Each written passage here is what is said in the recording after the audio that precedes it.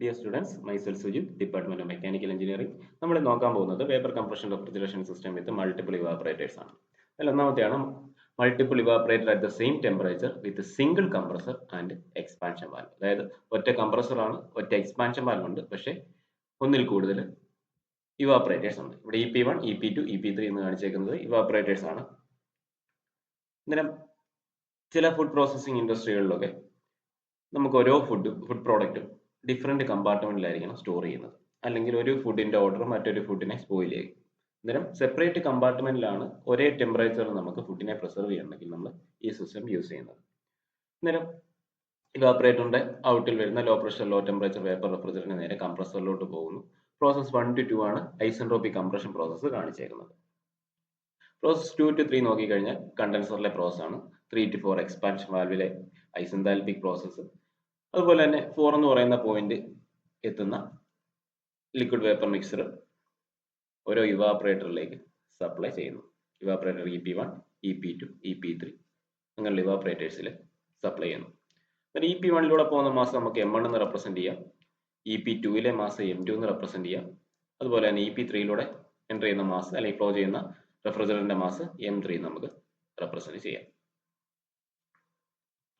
Page diagram നോക്കിക്കഴിഞ്ഞാൽ 1 to 2 എന്ന് പറഞ്ഞാൽ ഐസെൻട്രോപിക് കംപ്രഷൻ പ്രോസസ്, 2 to 3 എന്ന് പറഞ്ഞാൽ കണ്ടൻസിങ് പ്രോസസ് ആണ് കാണിച്ചേക്കുന്നത്, 3 to 4 ഐസെന്താൽപിക് expansion process in the expansion valve. അതുപോലെ തന്നെ 4 to 1 ആണ് നമ്മുടെ ഇവാപറേറ്റേഴ്സ് വരുന്നത്. EP1, EP2, EP3 എന്ന് പറയുന്ന ഇവാപറേറ്റേഴ്സ് വരുന്നത്. 3 to 4 ഐസെന്താൽപിക് പ്രോസസ് ആയതുകൊണ്ട് തന്നെ H4 is equal to HF3 നമുക്ക് റെപ്രസെന്റ് ചെയ്യാം. Let Q1, Q2 and Q3 be the loads on the evaporator EP1, EP2, EP3 respectively in turn of refrigeration. Mass of refrigerant required to be circulated through the evaporator 1. അതായത് EP1 ിലൂടെ പോകുന്ന അല്ലെങ്കിൽ circulate ചെയ്യുന്ന mass M is equal to 210 into Q1 divided by H1 minus H4. H1 minus H4 എന്ന് പറഞ്ഞാൽ അവിടുത്തെ refrigerating effect ആണ്. 4 to 1 ആണ് evaporator വരുന്നത്. അന്നേരം അവിടുത്തെ റെഫ്രിജറേറ്റിംഗ് എഫക്റ്റ് ആണ് H1 minus H4 എന്ന് റെപ്രസെന്റ് ചെയ്തേക്കുന്നത്.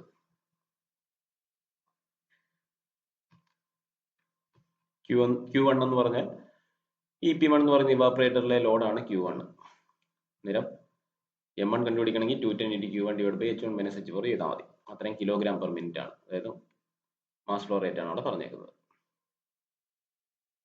അടുത്ത mass of refrigerant required to be circulated through the second evaporator EP2. അതായത് M2 കിട്ടാൻ വേണ്ടി 210 into Q2 divided by H1 minus H4. Mass of the refrigerant required to be circulated through the third evaporator EP3. M3 is equal to 210 Q3 divided by H1 minus H4. First ഇവാപറേറ്ററിലും second ഇവാപറേറ്ററിലും third ഇവാപറേറ്ററിലും കൂടെ circulate ചെയ്യുന്ന റെഫ്രിജറന്റിന്റെ mass ആയി. ഇനി total mass എന്ന് പറഞ്ഞാൽ ഈ 3 റെഫ്രിജറന്റ് മാസും കൂടെ ആഡപ്പ് ചെയ്താൽ മതി. അതായത് M is equal to M1 plus M2 plus M3. ഇനി കംപ്രസറിലെ വർക്ക് ഡൺ കണ്ടുപിടിക്കണമെങ്കിൽ നമുക്ക് ആ ഫിഗർ നോക്കാം. EP1 നിന്ന് വരുന്ന മാസും EP2 നിന്ന് വരുന്ന മാസും EP3 നിന്ന് വരുന്ന മാസും നേരെ കംപ്രസറിന്റെ സെക്ഷൻ വഴി കംപ്രസറിലേക്ക് എൻ്റർ ചെയ്യണം. അതായത് പ്രോസസ് 1 to 2 ആണ് കംപ്രസറിന്റെ സെക്ഷൻ കാണിച്ചേക്കുന്നത്. അന്നേരം അവിടുത്തെ പെർ കിലോഗ്രാമിലുള്ള വർക്ക് ഡൺ എന്ന് പറഞ്ഞാൽ നമുക്ക് H2 minus H1 എന്ന് എഴുതാം. H2 minus H1. ഇനി EP1 നിന്ന് വരുന്ന മാസം EP2 നിന്ന് വരുന്ന മാസം EP3 നിന്ന് വരുന്ന മാസമാണ് ടോട്ടൽ മാസ് അവിടുത്തെ.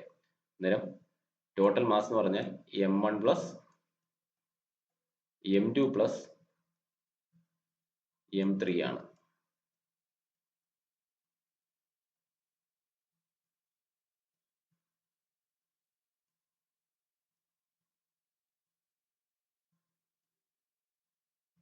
M1 plus M2 plus M3 into H2 minus H1 അല്ലെങ്കിൽ M into H2 minus H1 ആണ് അവിടുത്തെ ടോട്ടൽ വർക്ക് വരുന്നത്.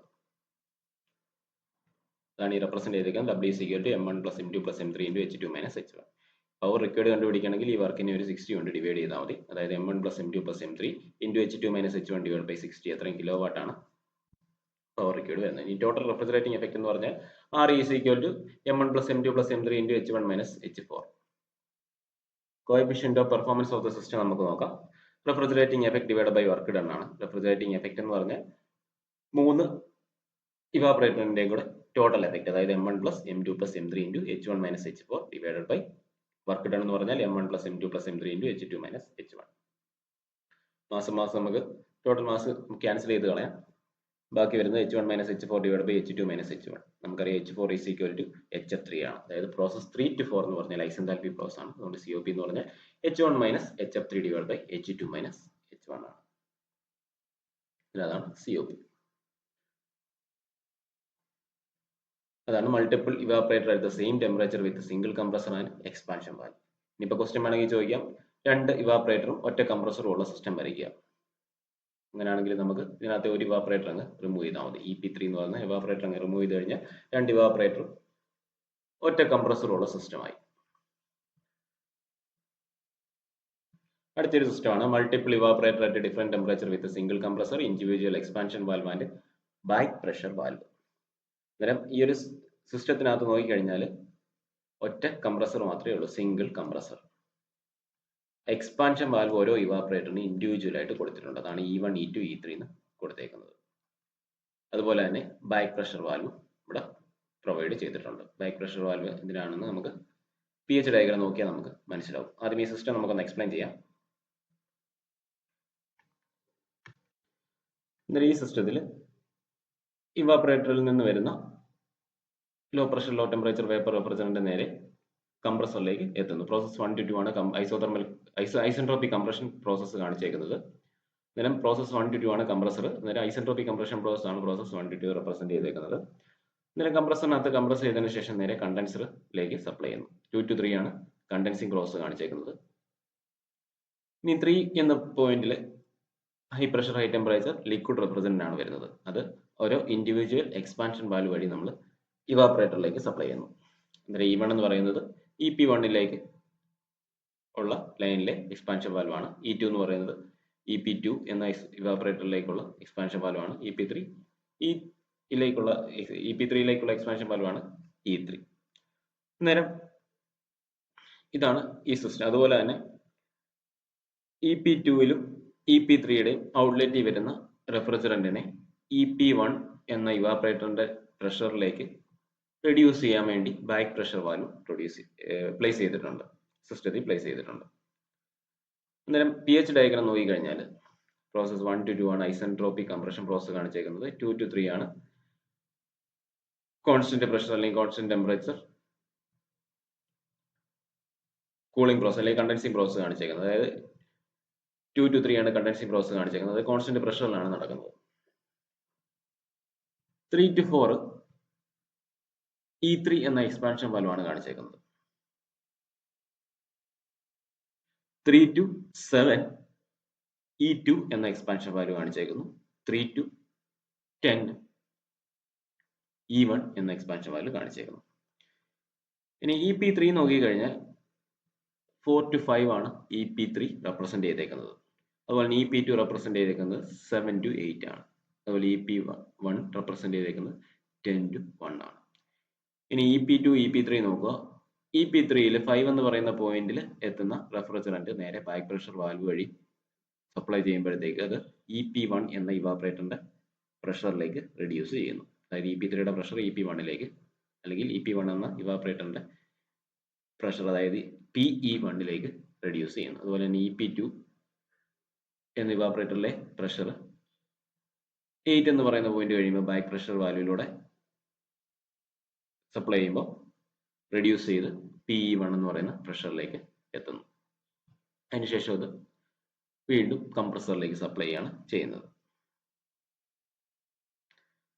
ഇത് നമ്മളിവിടെ നോക്കിക്കഴിഞ്ഞാൽ EP1ലൂടെ പോകുന്ന മാസം M1, EP2യിലൂടെ പോകുന്ന മാസം M2, അതുപോലെ തന്നെ EP3യിലൂടെ പോകുന്ന മാസം നമുക്ക് M3 എന്ന് റെപ്രസെന്റ് ചെയ്യാം. ഇതിന് കംപ്രസറിലൂടെ പോകുന്ന ടോട്ടൽ മാസം M1 plus M2 plus M3 എന്ന് വേണമെങ്കിൽ നമുക്ക് എഴുതാം. Let Q1, Q2 and Q3 equal load on the evaporator EP1, EP2 and EP3 respectively in ton of refrigeration. Mass of refrigerant required to be circulated through the first evaporator EP1, M1 is equal to 210 Q1 divided by H11 minus H10. നമുക്ക് figure നോക്കാം. അന്നേരം M1 എന്ന് പറയുന്നത്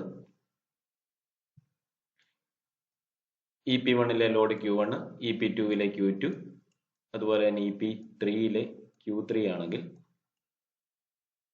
M1 എന്ന് പറഞ്ഞാൽ Q10 into Q1 divided by H11 minus H10. നമുക്കറിയാം 10 to 11 ആണ് EP1 കാണിച്ചേക്കുന്നത് process. അന്നേരം 210 into Q1 divided by H11 minus H10. അതുപോലെ തന്നെ EP2 is equal to EP2 mass M2 is equal to 210 into Q2 divided by H8 minus H7. അതുപോലെ തന്നെ ഈ M3 is equal to 210 into Q3 divided by H5 minus H4. ഇങ്ങനെയാണ് വരുന്നത്. Similarly, mass of the refrigerant required to be circulated through the second evaporator EP2, M2 is equal to 210 into Q2 divided by H8 minus H7, and mass of refrigerant required to be circulated through the third evaporator EP3, M3 is equal to 210 into Q3 divided by H5 minus H4. The condition of the refrigerant after mixing and entering into the compressor is shown by point 1. The enthalpy at this point is given by 1 എന്ന് പറയുന്ന point, അതായത് കംപ്രസറിന്റെ section ആണ് 1. ആ 1 എന്ന് പറയുന്ന പോയിന്റിലെ എൻതാൽപ്പിയാണ് നമ്മളിപ്പോൾ determine ചെയ്യാൻ പോകുന്നത്. H1 is equal to M1 H11 plus M2 into H8 plus M3 into H5 divided by M1 plus M2 plus M3.